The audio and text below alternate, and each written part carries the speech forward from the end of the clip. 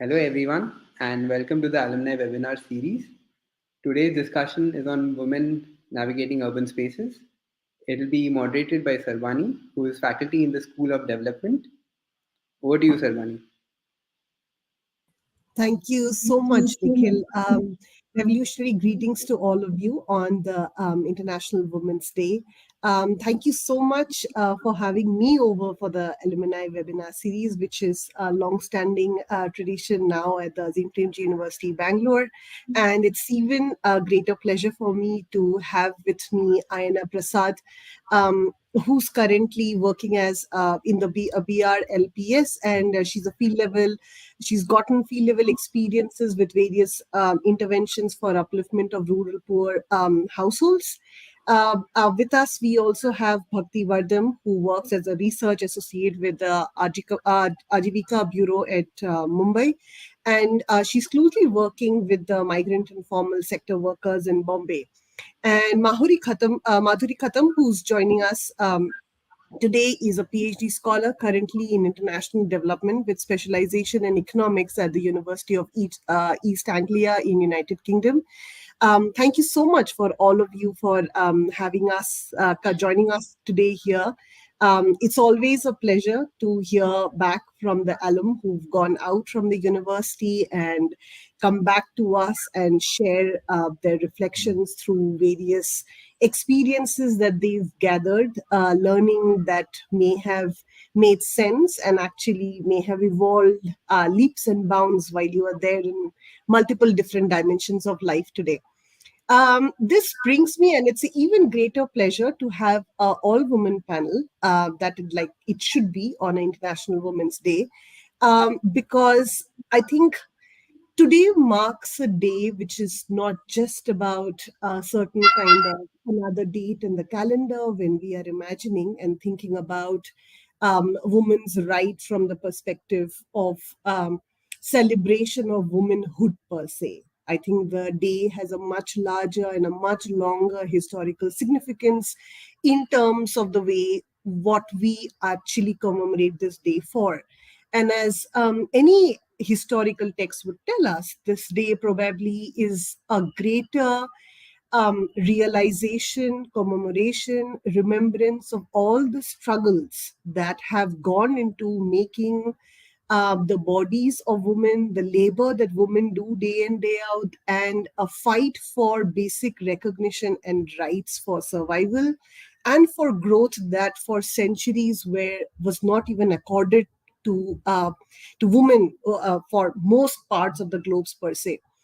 Now, historically, even when we think about International Women's Day and we think about what have been the alternative ways of imagining Women's Day in different parts of the world, one which was not Eurocentric, one that did not emerge from the European context, we've in each cultural context probably had something unique to think about, a celebration of womanhood, a celebration of the way in which how much contribution the women make towards the reproduction in a given society, both the social reproduction, the cultural reproductions, and on sort. This particular day that is now celebrated and increasingly in the last 50 odd years have gained a certain kind of traction about how we think about Women's Day is also crucial because it's also a moment when we fetch solidarities with each other. Because it doesn't matter which part of the globe you are, it doesn't matter from which cultural context you're emerging from. The struggle to fight for the rights that have historically not been granted to women, political rights, political representation, right to basic livelihood, right to equality at pay, right to have a certain, to be heard, to be seen, at par with everybody else, has been a long drawn struggle, irrespective of the differences it may or may not have had across cultures and societies. Um, so, this day, therefore, is also a reminder for all of us today that wherever we go and however far and whatever part of the world we belong to, we always know that there is so much yet to do.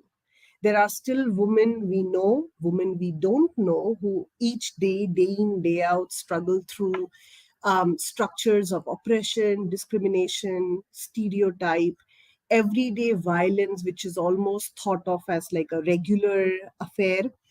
Um, and to that extent, it's a crucial day to remember how much of work is yet to be done, per se.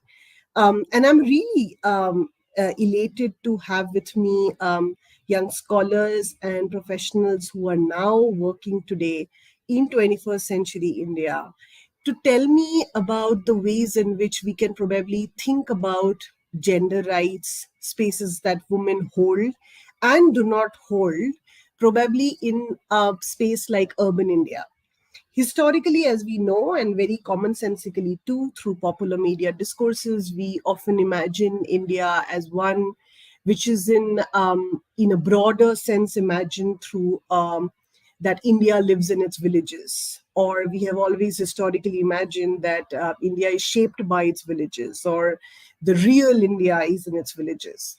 Um, Data, everyday reality, all other forms of transformation that we see around us would actually quite defy that logic today. And we know that in a country like India now, particularly 75 years after independence, we know that planetary urbanization and urbanization at the scale at which it's happening, it's kind of now hard to say what is not urban anymore. So the binaries between rural versus urban is kind of hard to today define. Are we going to define urban as only the traditional four metropolitan cities in India today that had a certain colonial heritage, a certain kind of understanding about how they contributed to trade and economy during colonial era? Or are we going to, for instance, think about metropolitan or urban spaces, only those that had royal patronage during the pre-colonial era? Like places and locations that were part of big kingdoms or smaller kingdoms of India in the pre-colonial era. Do they only count as urban? Have we not created, seen urbanization happening in the post-colonial era? And any urban scholar in India today would say that actually that's quite contrary to the reality. We almost see everything, whether it's a aspiration for a certain lifestyle, whether it's a certain kind of understanding of wanting to be urban for whatever meanings the word urban may happen, urbanization is like inevitable today. Now, in such a context, it brings us to the point that how do we think about and how do we collectively imagine and question the way in which women have navigated and continue to navigate through urban spaces? So, when we were all thinking about the topic for the International Women's Day for 2023, we wondered if most of our alumni today are probably working professional in these urban spaces or are probably working in spaces that are fast urbanizing. So, what would be their experiences be as women professional, as researchers who now work on development sector or are working with the development sector? And what it would be for them to also reflect about these experiences, both personally as well as professionally. So the webinar today is an invitation to all these discussions. I join Ayana, Bhakti, and Madhuri in some of these discussions that we hope are not going to stop today, but are going to actually open up more. So I first would like to invite Ayana to come over and join us. Tell us what has it been like to join work and where have you been? What has been the urban to you and to your work? Thank you so much, Sarbani and Asim Premji University for inviting me for this webinar. And I feel so privileged to be here and to be a part of Women's Day and tell about my experiences. Starting with when I was moving into Bangalore, the city for me was a place where there is less stigmas and a lot of freedom and all. But I don't know, after a point when I realized much more about my entitlements as a woman, I began to see there is a real gap in there. So for example, if we take infrastructural way, like how many menstrual friendly toilets are there? Like if we are standing in a bus stop and if we are suddenly we got bleed, and it is very difficult to find out such places for us, right? So when we think about like urban spaces are more accessible, but still it has so many limitations for women. And as you said, like there is we cannot see a real gap between urban and rural spaces nowadays, because urbanization is happening so fast. And even like while working also, I have seen a lot of people are migrating towards the urban spaces, and like there are seasonal migrations as well, like according to this agricultural season, and they go to the cities and come back to the rural areas and all.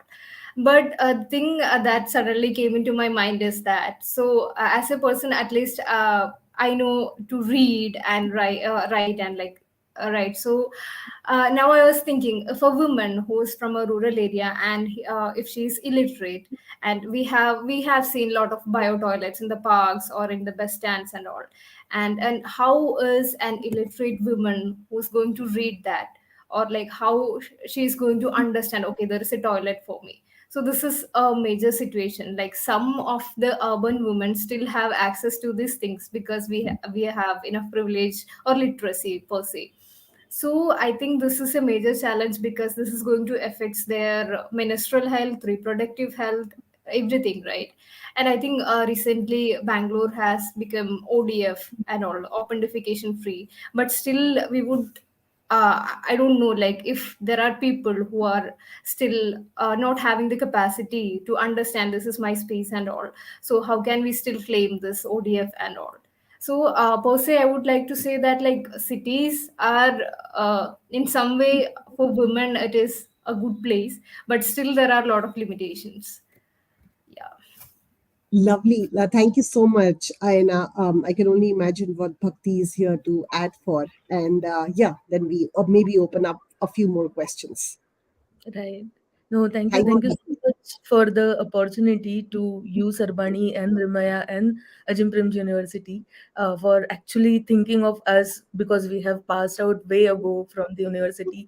And when we were there in the university, we were learning so many things in the class. We had at least some freedom of thinking as well as expressing ourselves in the class in those, close rooms.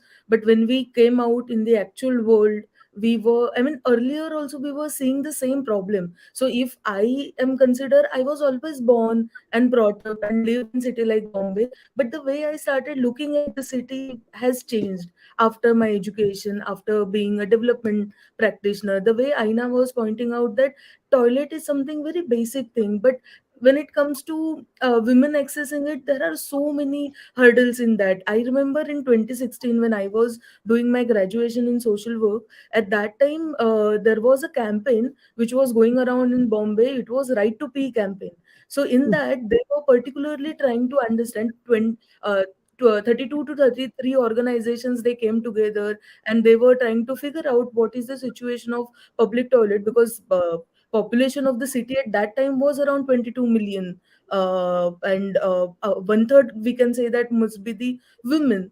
And out of that, how many toilets were there for women? That was a question. Hardly, according to their survey at that time, there were 11 to 12,000 toilets. And when they started asking everyone to understand the situation of the toilet, we saw that the doors of the toilets are not perfect, water is not available. If men are using the toilet, maybe they don't have to pay for that, or maybe they will pay 1 or 2 rupees. But when it comes to women using the pay and use toilet, they have to pay 10 rupees or something like that, 5 to 10 rupees. And also there are so many negotiations whether they are going to use it for urination or for defecation or for taking the bath. And there were so many things with, at the entry point, a man who is sitting to collect the money and asking this many questions. So I, being a person who was I mean, why I was always exposed to this kind of realities, because of my field work, because I come from as a citizen who was born and brought up in the city, I was never really exposed to this kind of realities,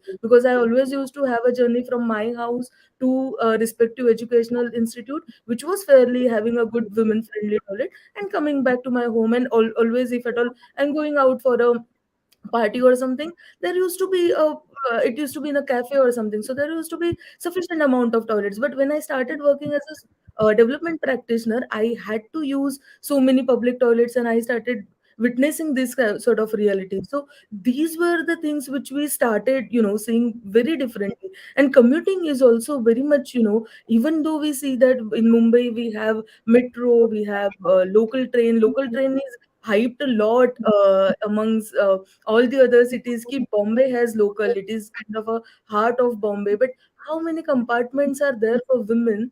If a woman goes in a general compartment, what kind of harassment she receive? If I were to travel with my father, I simply can't do that, because all the men around, they would gathered and they would feel that there is a women's compartment, you get the reservation there, why are you here? So the way they look at me, the way they try to touch my body and make me feel uncomfortable just by looking at me is different. So their point is very clear that there is a women compartment, you should go there. So these are the kind of experiences we all face as a woman. And if at all we come from a very underprivileged and lower caste background, these get multiplied. So being upper caste woman, we may have access to cafes, but if a woman is staying in the community, she has to wait for sun to set, and then she can probably go and use the toilet. So these are, I mean, the cities which are shaped in a very different manner, and we see urbanization and industrialization and so many things which appear very classy at point, but are they really women friendly is a question. If even if at all I were to come back around 1 o'clock in the night, where do my feminism go? I can't really think of about, as a feminist woman who can have a leisure walk in the on the road, or not getting comfortable. If I use public transport, I am not really privileged to have my own car or something, so I have to hop on in a auto rickshaw, or I have to walk down or something. If the auto driver is trying to make me feel uncomfortable, I have to pull out my dupatta from my bag just to, ensure that at least something will not be revealing from my body. And I, consider as a very obey body person. So the amount of discrimination I would face is definitely going to be way more.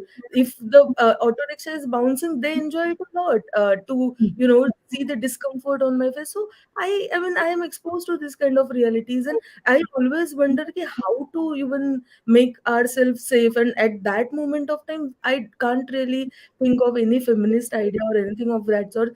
As I simply think about how to escape this kind of a situation and reach home as soon as I can. And of course, if I'm out for a work, I also can justify myself ki I am doing this for my work, for my commitment, for things. But if I'm coming back from a party or from a friend's place, I also, start questioning myself. Was it worth experiencing all this hurdle while returning home? Was it worth doing that much? So, I mean, after 9:30 or 10 o'clock, even we feel born and brought up in this city that we should simply go back and we should not expose ourselves to this kind of realities. I mean, it can sound like a escape, but that, considering who we are and not haven't experienced any kind of a bad experience as of now, but all the discomforts kind of informing this kind of choices. So yeah, over to you. Absolutely, absolutely. Thank you so much, Bhakti. I mean, these are like grilling, yet so common experiences that it doesn't even matter if one has not been and lived in that given city, but you sort of know it, hear it, um, as if it has always been part of you, your body, your lived experiences. That says a lot about how women and our memories of cities are at some level so common, and at another level also so distinct.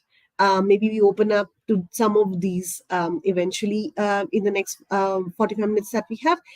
Over to you, Madhuri. I am really, thank you so much for joining us, and it's truly a pleasure to have you over here. Um, Over to you. Yeah, thank you, Sarbani. I mean, the experiences that Bhakti and Ayana shared so far, I mean, just thinking about those, like so many thoughts in my head that was stuck, and lots to think about and lots to unpack as well. Because I think while Bhakti was sharing her experience about sexual harassment, public spaces, how do we access them, and how do we place them, and how do we identify in those spaces, and not having to come back home and question our whole existence, and being taking part in that particular job to be able to not go through that hurdles is not a great place to be.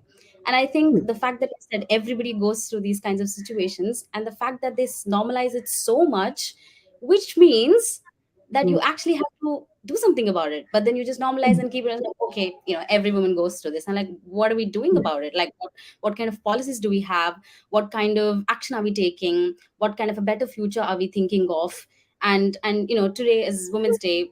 We're sitting here, we're talking about all the achievements that women have did, and all the struggles that they have to go through so far.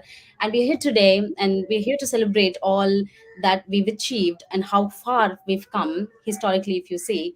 And at the same time also see how so much that needs to be done, and how many different perspectives that there need to be taken into account, right? Like Aina touched upon a complete set of experiences when it comes to accessing public toilets, hygiene, women, how far is it taken seriously when it comes to welfare of a woman, versus like, am I even treated like a human being, like I'm objectified, like I'm seen as someone who doesn't understand or feel something, and my experiences don't matter, and I'm invisible, right, in spaces like these.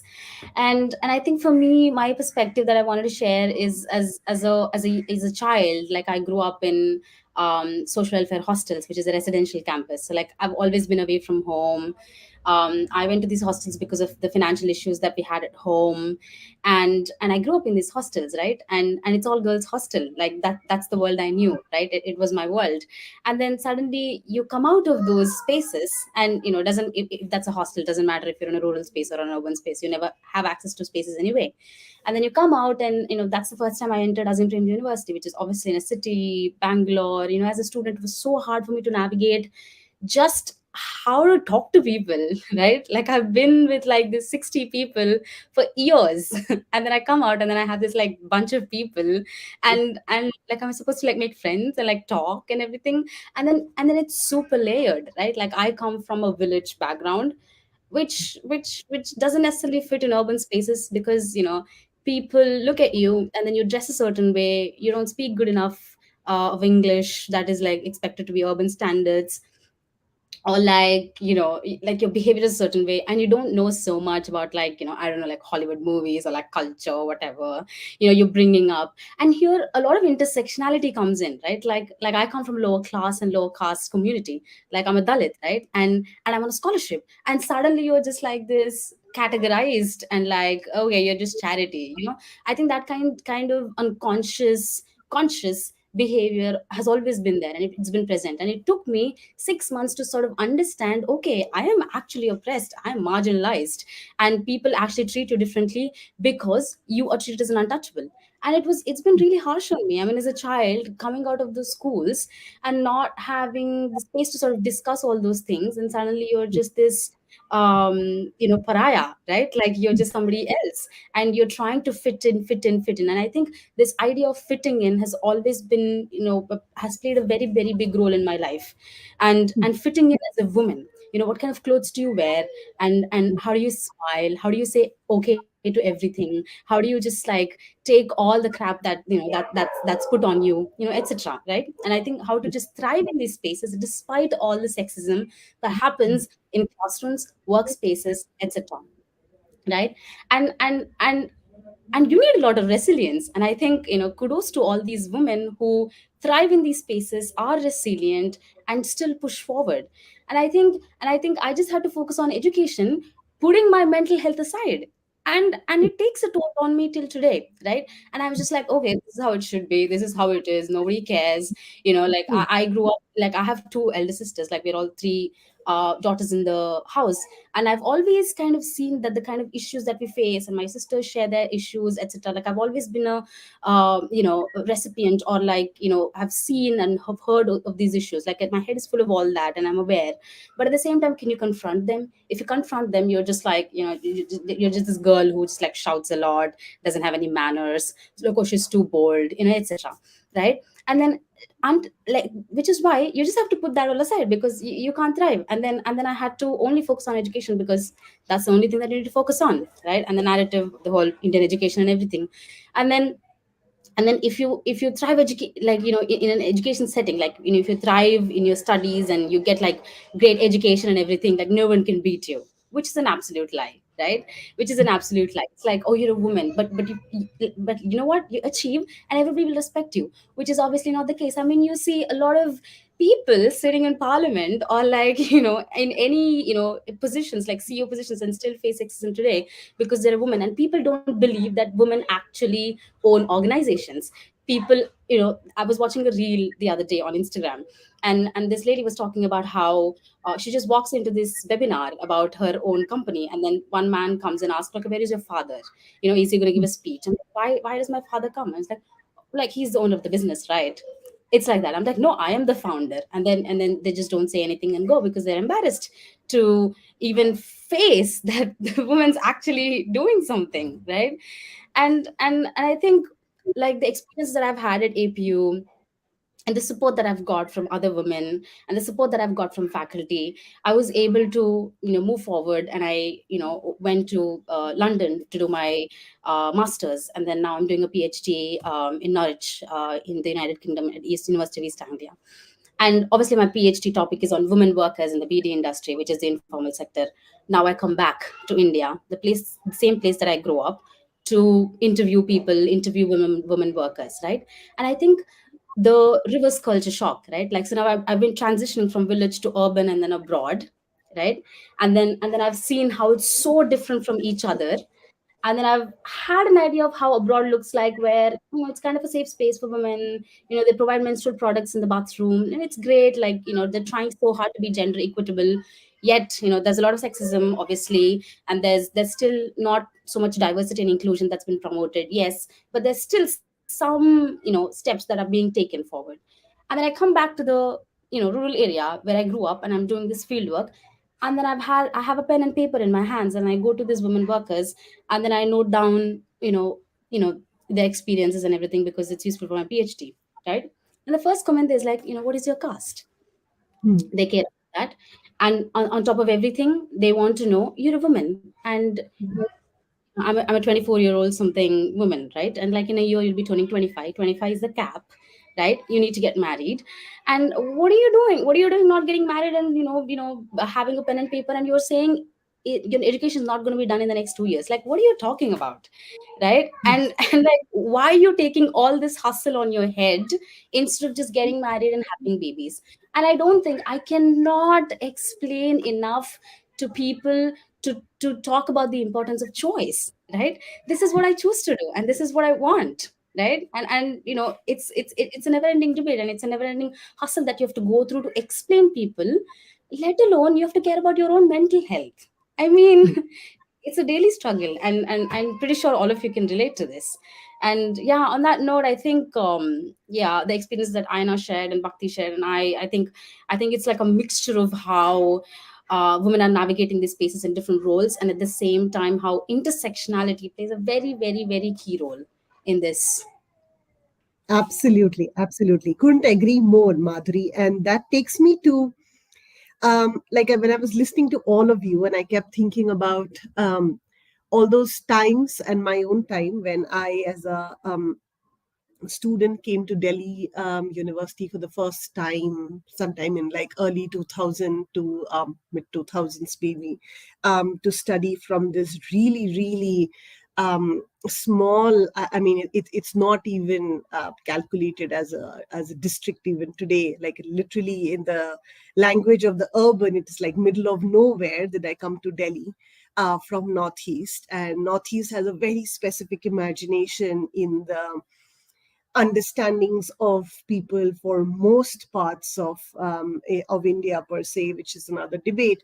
Um, but as like all of you that I hear saying is that you're for a lot of women in India, particularly those of us who somehow struggled and latched on to education as the only way and the only mechanism with which we probably can battle through some of the deep-seated cultural, patriarchal, societal issues that we grapple day in, day out since the day we are all born.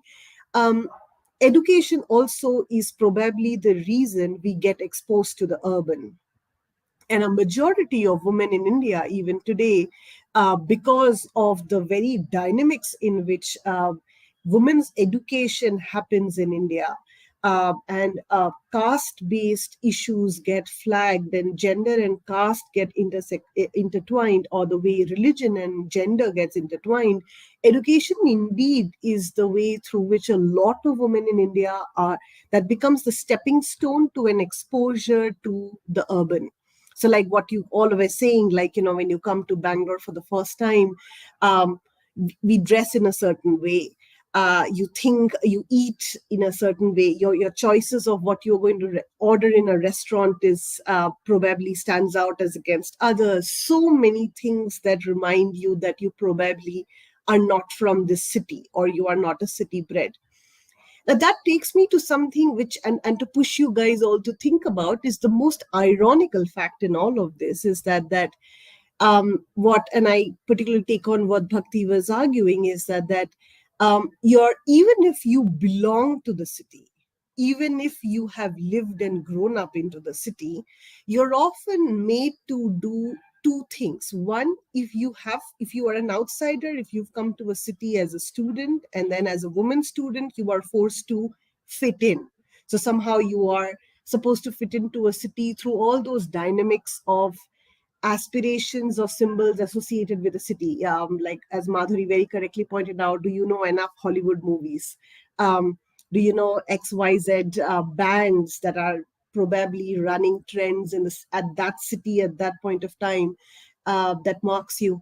And other spaces is that even if you are part of the city, even if you're born in one and raised in one, you would realize that you have two jobs. One is to continuously keep making yourself question and be acceptable for the city. So the responsibility of being safe, the responsibility of not being harmed, the responsibility of not being harassed lies only on you. To the extent that even despite the fact that after centuries, when we have said that feminism as a political force, as a social force, is has highlighted the atrocities women have gone through historically, women continue to go through today, and that feminism is essentially a response to that. A lot of us, ironically, in the Indian case, often have now begun to, or even in popular parlance, are forced to say, अब feminism kahan kaam aayega? Like, how is feminism going to be of use to you at middle of the night if you are stranded on a road, there is no public transport, Uber is cancelling on you, there is no auto on the road, there is no bus stop. How exactly is it going to? You better be safe than be sorry, right?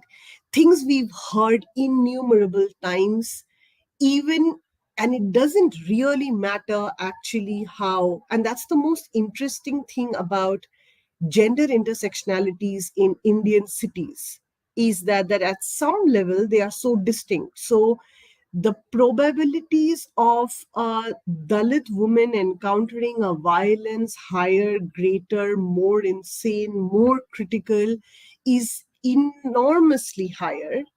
And at the same time, the most ironical fact is that any other, a Muslim burqa wearing woman, an elderly woman on the road who's completely covered, would also be molested, harassed exactly the same way as a girl who probably in is too urban, is too modern, club going, bar going girl of India today. So how have you guys often encountered these contradictions? at your own workspaces? Have you guys ever encountered these moments where, even though you know that there are these binaries, where you find that, of course, you find some issues are more deeply troubling to certain communities? Like in Ayana's case, she says people who are coming in to the city and unable to access toilets, even when hypothetically a toilet exists, right? And what Bhakti would say is that even if a toilet exists, and even if you know how to use it, you would still be worried and probably are not going to use it, right? And you're continuously battling with these, despite intersectionalities, these multiple contradictory everyday struggles that. So how have you guys thought about or engage with some of these questions at your workspace? Aina, would you like to come in? Yeah. So, like when we look into the workspace, we can see the same way, like in generally anywhere in any places, official spaces and offices, like there are infrastructural challenges that we all face. Like the same way there is now, maybe we may not be able to get a menstrual friendly toilets, and other than that, like most of the offices may not have this daycares. So, like that is the mothers, like as we know, like it is so tagged this gender responsibilities, and also this still in India we have this idea that like mothers are more responsible to take care of children and all, and if they have to feed their children, there is no specific things like daycares or any other facilities that available in office spaces. And other than that, we say, like as Madhuri has pointed out early, so in we see in major offices that there is a thing that like we are lacking the diversity in a sense. When we look into the reservation, some communities are only up to the ratio of reservation, like this much of people should be there, only that much of people are there, and all the other spaces are like from majority aspects, and then there we miss the commonality and we are forced to get into some other cultures, and like the way we behave may not be acceptable in such spaces and all.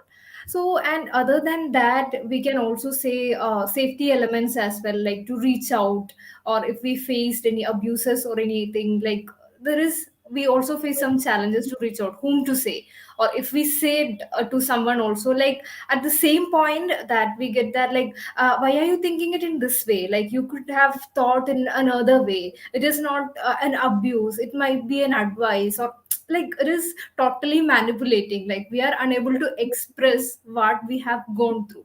So like even if we are in cities or in office spaces also, like we have a lot of other challenges like this. Yeah. Yeah, sure. I completely agree. And yeah, let's take this forward. Bhakti. I would, look at the this question from two, three different angles. One is definitely can be my own experience of how I, as a development practitioner, kind of negotiate these workplaces. I mean, I also go to the places where, industrial areas and other places where they are not really women friendly. So, how I experience those things is one part of the story. I can park it for a while, but how women in those workplaces, they kind of negotiate their spaces. First of all, they're invisible. I mean, all the migrant workers and the informal sector workforce, they are invisible. Amongst them, all these women workers are more kind of invisible, and all the basic facilities which they supposed to get, they are not getting that. So recently, I was discussing with my organization colleagues, and we were understanding the issues of women in construction work. So construction worker women themselves have so many challenges in terms of how to get the basic facility at the workplace, how to get the work. I mean, it starts from there. Being a woman worker, they are usually into helpery sort of unskilled sort of work. They don't really get the skilled work, neither they are, get the opportunity to learn the skills on job training for the skills which they can acquire. It's not like they are not capable of. So first of all, the struggle start with getting the work, then getting the proper workplaces. And even there were some cases at our organization. We do run a labor helpline, so there were few cases of women who were saying that they are getting harassed by the men,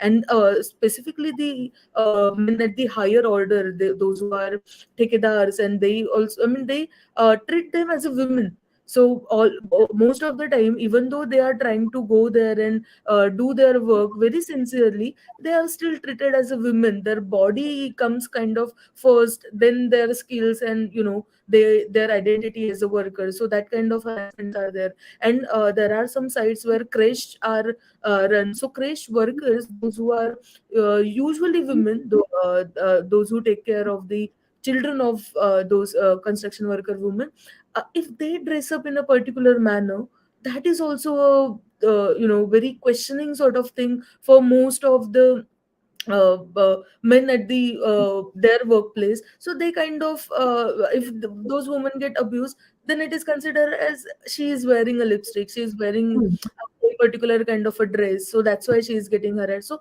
sometimes I feel this is not really a upper caste issue, that women is wearing short dresses and that's why they get harassed. Or a ordinary woman walking down the line, or on the road, if she is wearing in a particular kind of a dress or a makeup, that's why she is getting harassed. It's across. If you have a body of a woman, you are bound to get this kind of discrimination, irrespective of the where you come from, where you are working, what kind of dynamics you have at the workplace, how much. I mean, most of the time women are powerless. They don't really have any power on or say on what they are doing. And of course, whatever work they do, how much work they do for earning, it's to support their home, to their household. So that kind of equations are always there. That's why they are kind of pushed into this kind of a work where they might be getting harassed, but they continue sort of have to do the work. They can't really deny the work, whatever they are getting. So a similar situation in the factory sort of works, where all the women who are in factory, manufacturing units, those who work, either, I mean, for most of them get the helpery sort of work. They are unskilled worker, and on the top of that, the work is not at all recognized. So when we get cases of women getting harassed at the workplace, for us also it is very difficult situation to decide whether to confront their employer or not, because employers have their own ego. And first of all, their things comes like, I am doing a favor by giving her a job. On the top of that, she is talking about what the workplace should look like, what kind of, she expect to be respected and all. That is never gonna happen. So I was interacting with one woman who is, according to her, she was not so mainstream good looking woman. She's like, if I would have been a good looking woman, I would have got some better work conditions at the workplace. But on the contrast, those who are good looking, actually good looking women, they say that we only get harassed. So the binary which we always talk about in the upper class and upper caste dynamics, it also exists at the very bottom rungs of this kind of a workplaces. And similar thing is with us. So when we work as a development practitioners at the civil society organization, how many women are there in the topmost management of these organizations is also a question. How we as a women get heard, how many organizations actually have very strong, very vocal, and uh, IC committees which take stand for all the posh and other related issues. So all these things are, is a question. And we are also struggling and negotiating our spaces in this kind of a workplace. And as you correctly know, Sarbani, we are also very young professional, young practitioners, don't really have our own identity. We are not in a position that tomorrow we can start our own organization. We will deny all these inequalities, and we'll start our own organization, and we will be our own. It's not the situation. We are still kind of, for 8 to 10 years down the line, we will be struggling in this kind of spaces. We will be negotiating for lot many things. So equality is yet to come, and we all are in our ways, in our whatever power dynamics we have, positions we have, knowledge and skills we are negotiating spaces. And I particularly try to negotiate for myself as well as the women worker I interact with on everyday basis. And of course, the end of the day struggle is how many theories we actually know, they actually exist, and what is the reality in the ground. There is a huge difference in that. So how to bridge that gap is something, Is a is a work real in progress. Yeah. struggle and question. So yeah. I know, Bhakti. Yeah. Lovely to hear from you. I'm going to come to Madhuri, and then yeah, going to flag some of these things that you guys have mentioned. Yeah, yeah. I think it's again so lovely to hear both your perspectives on the question Sarbani posed, right? And I think I was thinking about again too many thoughts running in my head, and also a lot to think about. And I think one really important point that Aina mentioned about the comments that we get, right? Like how do we analyze them? How do we know if this is a problematic one and this is not a problematic one? And how do we and if we get into trouble, people will just be like, oh, you should have figured it out, right? No, we did not do a course on this. We did not do any course on safety and understanding people's language, behavior, etc., to be able to be in a safe space. And safety is already running, always running in the back of our heads. And navigating that, right or wrong, and people manipulate you, people gaslight you into thinking that you are the problem. And it's always been the case historically. It's your fault to dress a certain way, it's your fault to do makeup, it's your fault to assert yourself, it's your fault to be opinionated, it's all you, it's all on you. And this is how it's been conditioned, this is how people tell you things. And in a space like that, I mean, I haven't done any course to be sort of asserting myself, or like nobody teaches you any of these things, and you're just thrown into this world. You have to figure out things yourself, and you run into all these mental health problems, and you're trying to just stay sane, right? And let alone making sure you're safe and etc.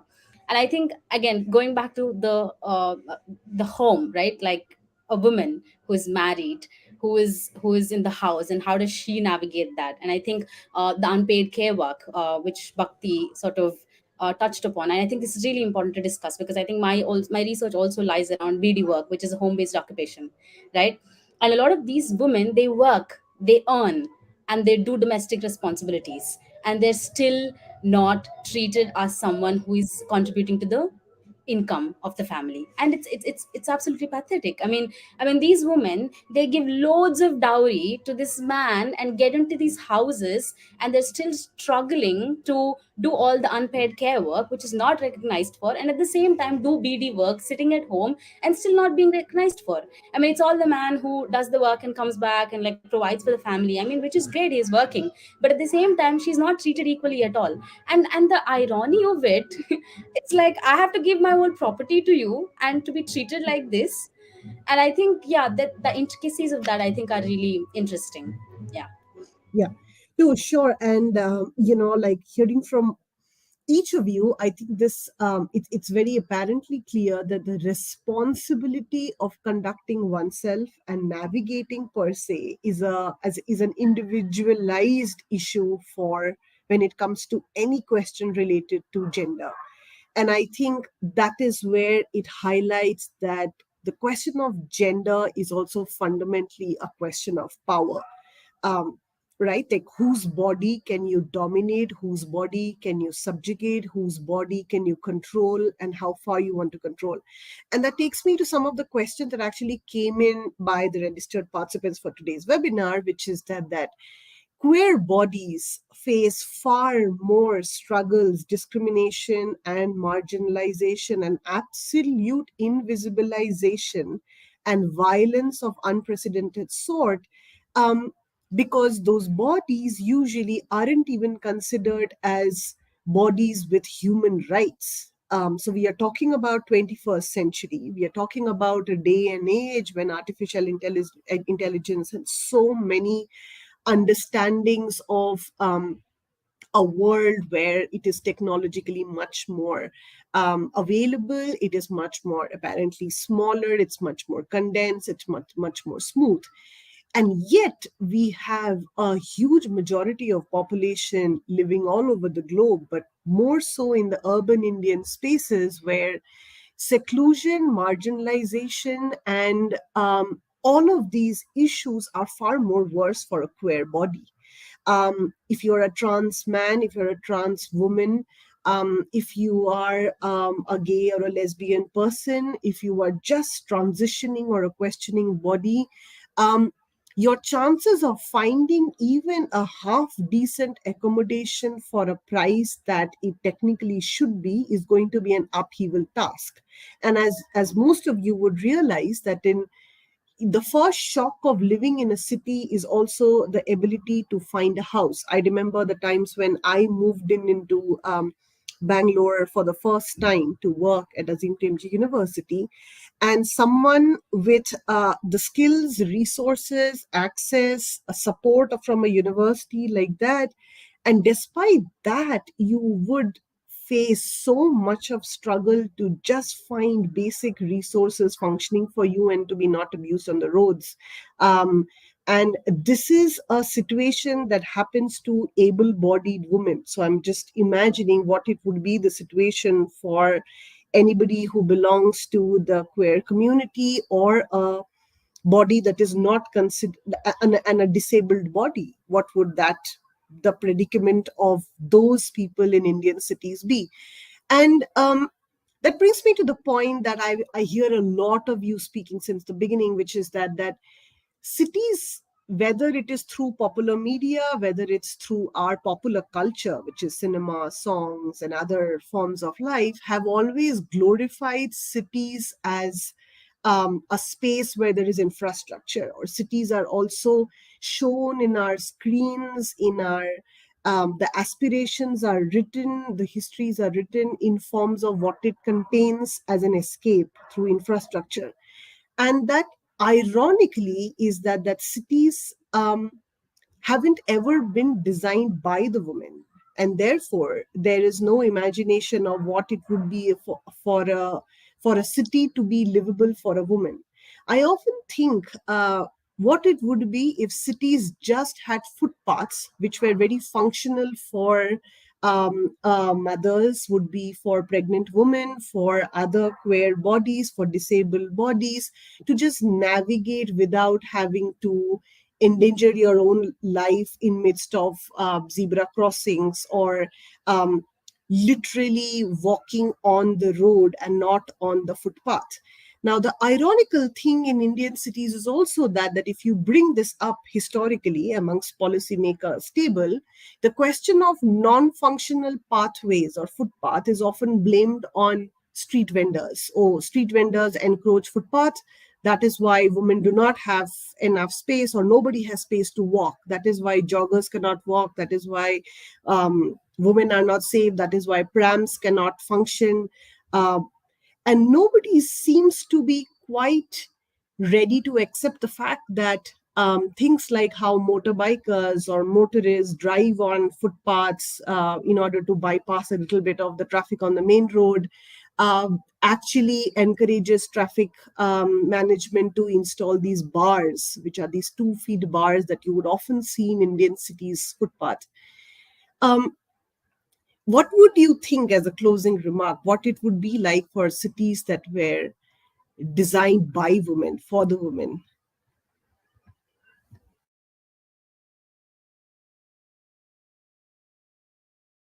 Aina, would you like to come in?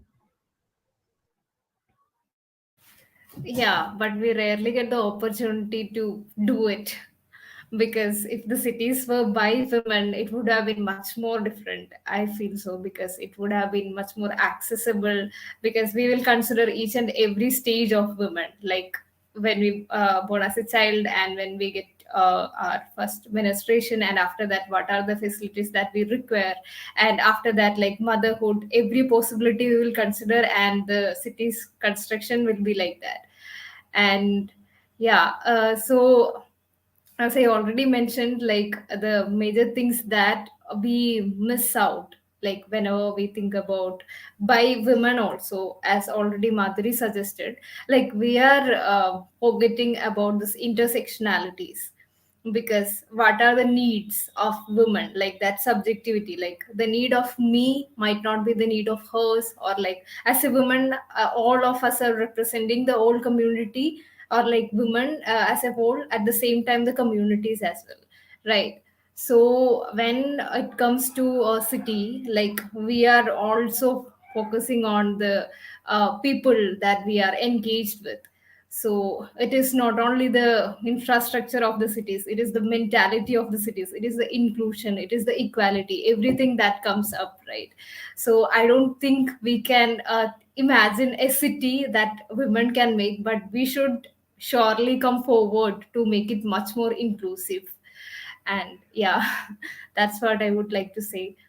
Yeah, thanks so much, Ayana, Bhakti, and then Madhuri. We also have a question, so we can take that and maybe, yeah. Yeah, yeah, yeah. I remember when there was one incident which happened in Delhi. After that, the rape incidents which happened in Delhi. After that, in Delhi there was a cab service which was run by the Hmm. women, and there was initially the initiative was way earlier, and later on it still kind of goes on. They had their own infrastructure to keep their women drivers safe, as well as the women who are commuter, to how to keep them safe. And they, year by year, they kept on improving their infrastructure and their services and everything. But when it comes to having a woman who is comfortable in this kind of a city spaces, and she is having her own, I mean, she is carrying her own body, and she should not feel like it is a burden to be in this woman's body and carry it alongside.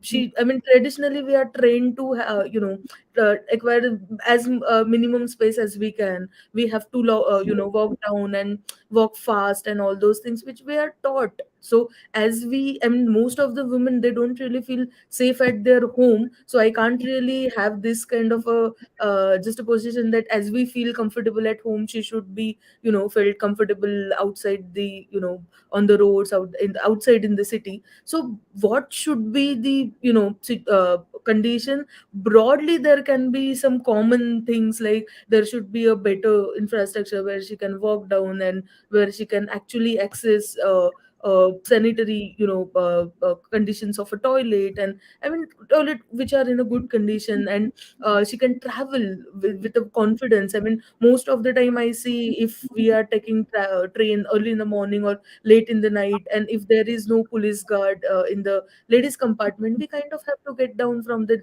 ladies compartment and board the general compartment, just to make us feel safe. But why there is this constant consideration we need to have, we all need to have? It's not like only I am doing this. Most of the women who are traveling in the odd hours of the day, they kind of have this kind of a calculation. So there are, I mean, most of the women, they carry pepper spray and everything. So what is to be done on the precautionary level, we all kind of keep thinking about it, and we all kind of try to exercise those things. But at the structural level, if there can be really good intervention from the government and from the to improve their infrastructure. I mean, hardly we see female cops in the night on the roads. So even if cops try to stop us, they are like, आप तो अच्छा घर से दिख रहे हैं, अब क्यों इतना लेट घूम रहे हैं? So all these kind of mentalities which are there, they needs to be constantly sensitized. And we all have this urban planning sort of discussion. So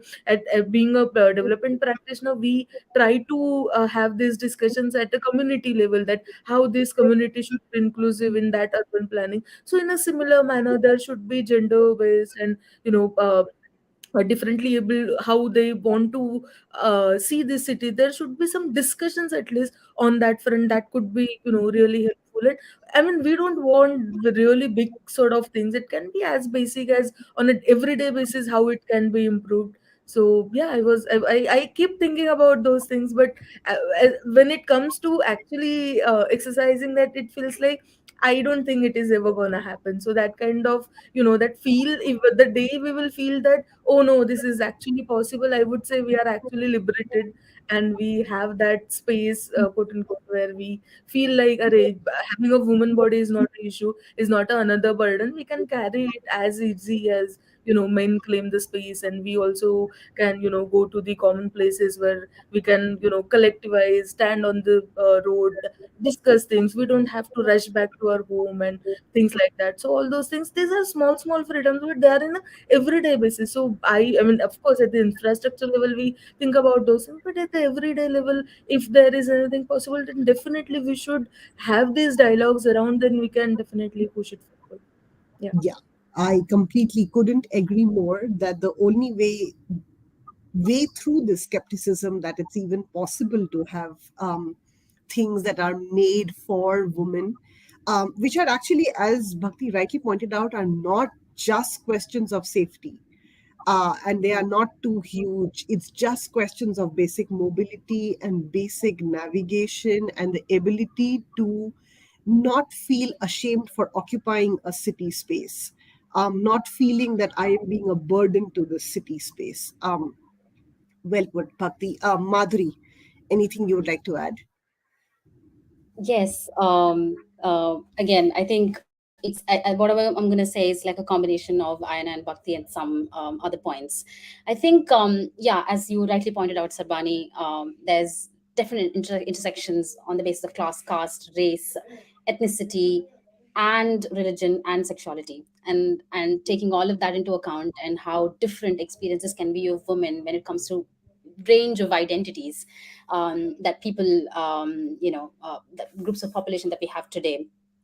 I feel like, of course, safety is a big issue, and I think how Bhakti said, and I think it always breaks my heart to talk about this, because obviously, the fact that we have to carry that in our head every time, we go out, we step out, we think about all these issues that are happening every day, and if some issue happens, like that could have been me, that could have been easily me if I was walking on that road, right? It's like, so that kind of thoughts when you get. And I think we've all made phone calls which are fake, we've all changed our shoes, and we've all changed our appearance when on our way back to not see that person who was harassing us. Like it's been hard, right? It's been super hard. And I think, we've have so many initiatives at the NGO level, where we have NGOs like Voice for Girls, especially in Telangana, where they empower women, they empower young girls, and talk about menstrual cycle, they talk about periods, they talk about how do you assert yourself and how do you keep yourself safe, etc. And at the same time, we do need programs which create more empathetic men, which create men leaders who understand women's experiences and empathize with it, right? And how do you stand as someone who would not affect a woman when you grow up? And I think it's equally important. I think on a basic level, on a societal level, on a daily basis, the language that we use, when we talk about women, and the practices that we do, and they're all deeply inherited, and they're deeply entrenched in the patriarchal society. I mean, look at the whole fact about dowry. And I think when I ever talk about dowry, and I think it burns me, like it basically, like, makes me full of anger, right? I mean, this whole practice of dowry is still prevalent in villages, it's still prevalent everywhere. And I think a girl giving money to a man to marry it's not just that, right? The whole idea behind it, the whole treatment that comes after that. And if she's supposed to give 8 lakhs, and only she gives 6 lakhs, and the 2 lakhs is, she's indebted to him, and he gets to treat her like anything for so long time. And there's domestic violence involved, there's rape involved, there's everything that comes, after that, right? So I think these little practices that we do, and like when we do, specifically like some, in Hindu marriages, or like specific rituals that we do, and they're deeply entrenched in a lot of patriarchy, and they are dominating women, right? And I think we need to question our daily practices. We need to question our language that we use when we address women, the language that we use when we talk about women, the language that we use when we talk about the safety issues of women, and how do we diagnose that issue? How do we, it's not rightly jumping into, oh, she wore lipstick, obviously, what would happen. It's not about that. It's about how do you take responsibility for your action instead of Sure. blaming it on someone, right? And I think Absolutely. overall, I think on a policy level as well, I think it's important to, encourage a lot of NGOs to take action on how we should also create better programs for men, to create a better society, to see how they can also be a very big part in changing all of this. Yeah, absolutely. And Madhuri, couldn't agree with you more when you highlight this question of language per se, because I think that actually takes us back to the very first point that Ayana pointed out. How does a woman who's walking in from a rural area to a city recognize that there are these infrastructures, even if they are functional, non-functional, even existing for me? We are definitely over time, but I'll just take on this question that we have here with us, is that somebody's writing to us that very often we see that people are fighting for certain caste groups and certain kind of rights, and what they do is that they often ignore the status of women in the society, and that they only seem to be fighting for men's profit, where I couldn't agree. um, I couldn't agree more, to the point that that often has been the question, which lies at the very core foundational problem that a lot of historical, global as well as national as well as regional politics have often ignored the question of gender. And the question of gender, as we have rightly pointed out in this talk today, is that today we are talking about, like, International Women's Day, that has a certain kind of um, a imagination and a commemoration of women's body and their struggle, but we have so much more to do and so much more of reimagination to do about the queer body, about the disabled bodies that do not and have not traditionally formed part of our imagination of Women's Day, or celebration or commemoration of this struggle per se. So what would those struggle be? And I think that actually speaks to the question that we have from our audience, is that historically a lot of, whether it's caste, class, religion, whether name the political articulations that we've had, gender always is an afterthought.